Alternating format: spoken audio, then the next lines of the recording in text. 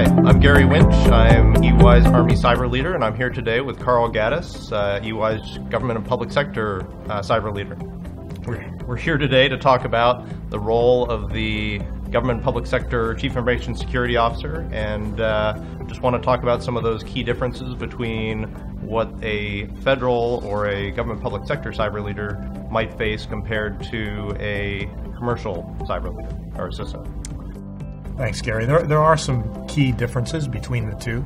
I'm going to give you a few examples of how they're different and what some of the different challenges are from the government public sector side to the commercial side.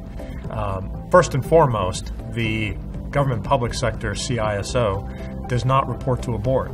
Most of them report to a division head or an agency head. So typically then, that particular agency head is the one that establishes the vision for the organization, which includes the mission and the function of the cybersecurity organization. Secondly, there are also some procurement challenges that the CISO on the government public sector side has to confront that aren't necessarily present on the commercial side. The procurement cycle tends to be rather long and complicated. Typically, it lasts anywhere from 18 to 24 months, in contrast to the commercial procurement cycle, which is much shorter, much compact. The government and public sector CISOs are also very much concerned about compliance and regulatory issues.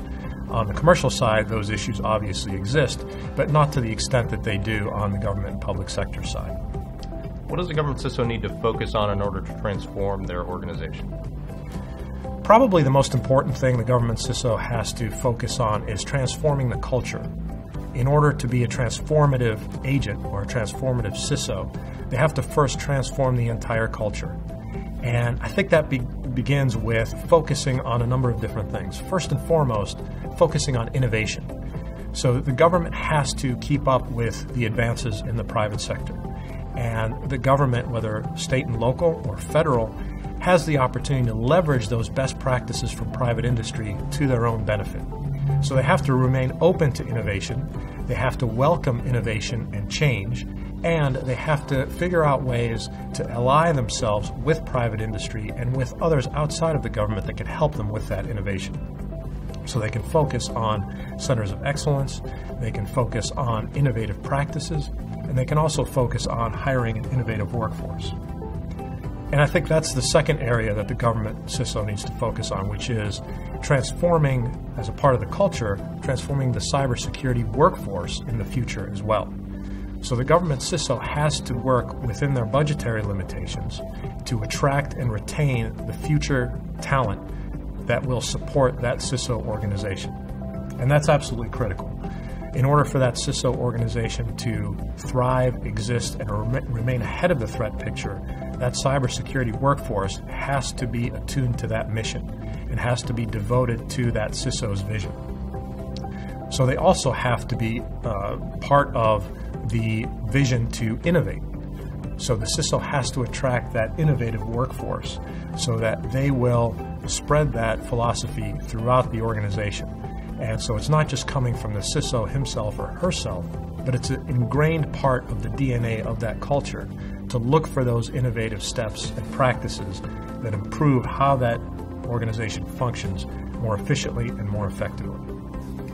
That also leads to the third necessary prong to be a transformative CISO, which is agility. And that agility means that the CISO and the CISO organization has to have a very granular understanding of what that threat picture is.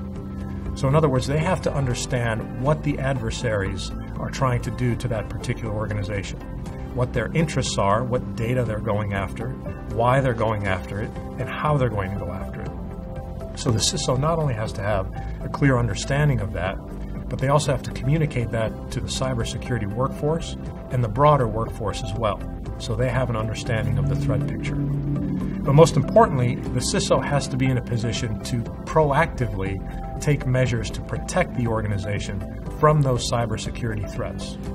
So where in today's world, the CISO might be reactive in nature with respect to the threats, a transformative CISO has to have proactive practices in place to make sure that they are ahead of the threats based on the knowledge that they have.